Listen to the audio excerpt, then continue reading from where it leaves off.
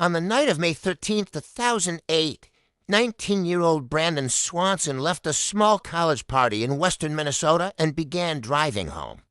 It was late. Rural highways stretched for miles in every direction.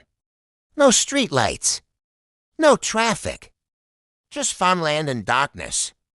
Somewhere along the way, Brandon's car drifted off the gravel road and slid into a shallow ditch. He wasn't hurt. The car wasn't badly damaged. He simply couldn't get it out.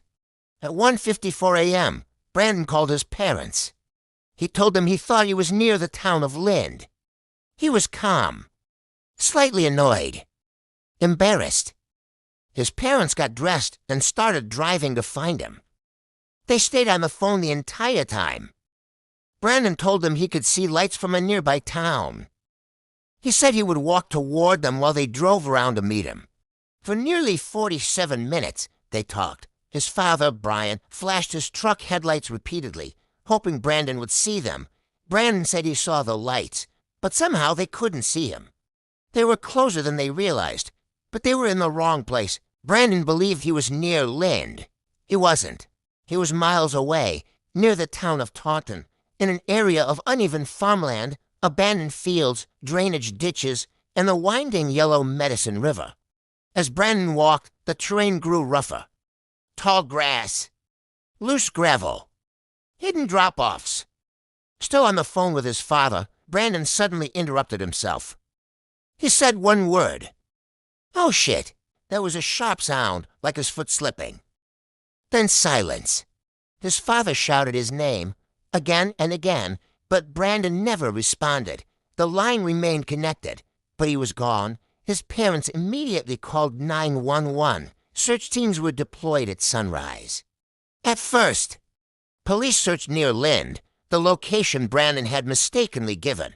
It wasn't until later that his car was discovered miles away, near Taunton. That mistake cost critical time. Searchers combed the fields. Helicopters scanned the land. Dogs tracked Brandon's scent from his vehicle to the edge of a riverbank. Then the scent stopped. The yellow Medicine River was shallow in places, but its banks were steep and muddy. Could he have fallen in? Divers searched and nothing got no body. No clothing got no phone got no trace. As days turned into weeks, theories began to form. Some believed Brandon fell into the river and drowned, but if that were true, where was the body? Others pointed to the abandoned wells scattered across the farmland, some unmarked and decades old. Could he have fallen into one in the darkness? Landowners allowed searches, wells were inspected, still nothing. Then came the possibility no. Parent wants to consider foul play. Could someone have been out there that night? A passing driver, a farmer, someone who saw a lone teenager walking in the dark. There was no evidence of a struggle. No reports of suspicious vehicles. No signs Brandon encountered anyone at all. And that's what makes this case so haunting. There was no scream. No second call. No drop phone recovered nearby. Just one word. And silence.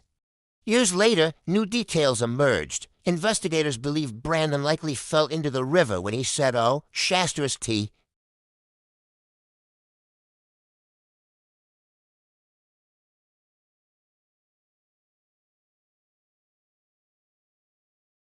Possible the river carried him downstream into an area never searched, but the yellow Medicine River is not large.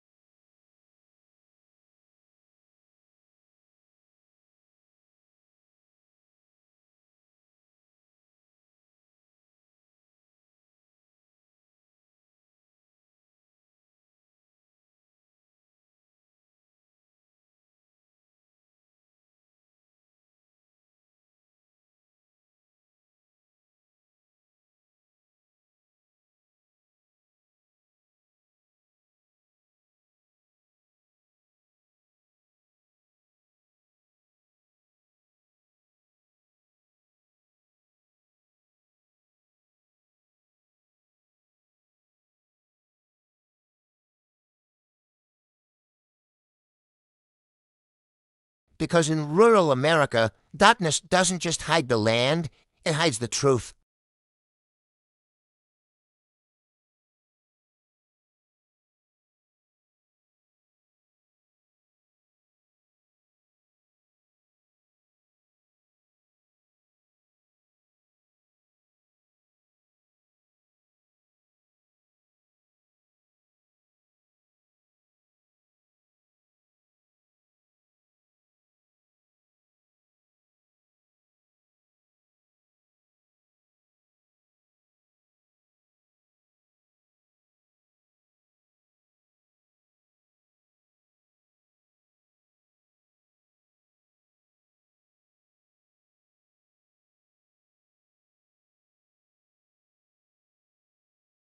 The battery eventually died.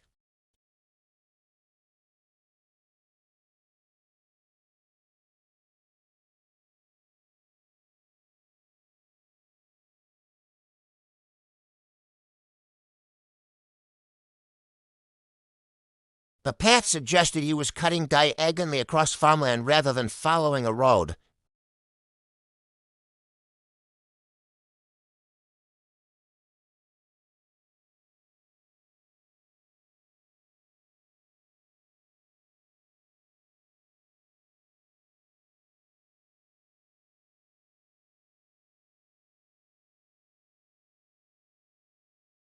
But here's what complicates the river theory.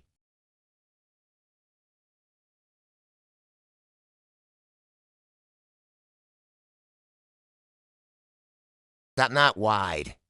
And yet, not one item belonging to Brandon has ever surfaced.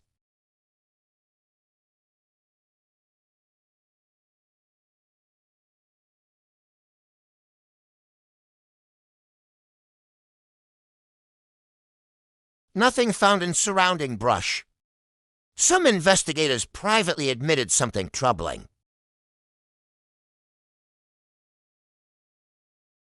He may have slipped into a narrow channel, hit his head on a rock, and become wedged beneath debris.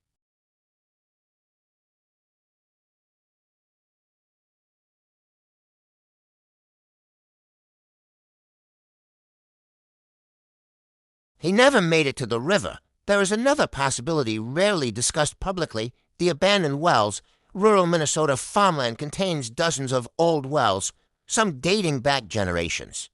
Many are capped, some are filled, a few are forgotten entirely, even a narrow opening concealed by. Grass could become invisible at night.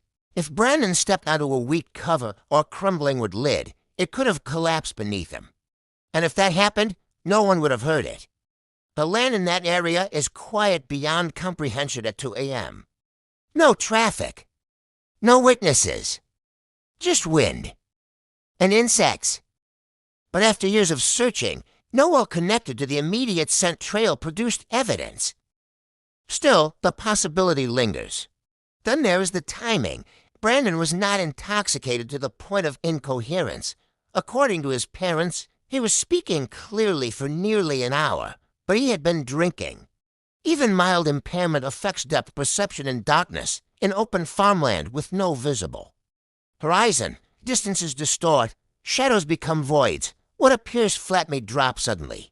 His final word, Shaster's tea, suggests surprise, not confrontation. There was no fear in his voice prior, no indication he saw another person, no sign of panic, just an interruption. That's important. If someone had approached him, his tone likely would have changed earlier, unless that person approached silently, another. Uncomfortable theory suggests that after Brandon fell, he was still alive, possibly injured, possibly disoriented, and unable to respond. If his phone landed a few feet away, in water or face down in mud, his father would have heard nothing. Just dead air. The idea that Brandon may have been alive for minutes, maybe longer, while his parents called his name into darkness, is one of the hardest aspects of this case. Because help was coming. His parents were driving in circles trying to reach him. They were flashing headlights. They were close enough that he saw them, but geography betrayed them. The search radius was wrong at first because Brandon misjudged his location. He thought he was near Lind. He wasn't, By the time authorities corrected the search zone, critical hours had passed. In missing person cases, those first hours matter more than anything, and rural terrain does not forgive mistakes. As years passed, volunteers continued searching, each spring. When water levels dropped, teams returned, each autumn. When fields were cleared, nothing, no bone fragments, no fabric, no sign, the absence of evidence. Slowly became its own kind of evidence. Statistically, most experts believe this was a tragic accident, but statistics don't erase doubt, because there are still questions. Why was the scent trail so short? Why was nothing ever found downstream? Why did the phone remain connected? And why did he disappear so completely in 2009? Minnesota lawmakers passed legislation now known as Brandon's Law. It requires faster access to cell phone location data in emergency situations. His disappearance changed the law, but it did not change this silence. His parents have said repeatedly that the hardest part is not knowing, not having a place to grieve, not having an answer. Just one unfinished sentence echoing in memory. Oh, Shaster's tea to words that marked the last moment anyone heard from him. In rural America, darkness can swallow distance. It can hide rivers. It can hide wells. It can hide mistakes. But sometimes it hides something else. And whether Brandon Swanson fell into a river, stepped into a well, or encountered something no one expected, one fact remains. He was on the phone. Help was minutes away, and somehow he still vanished.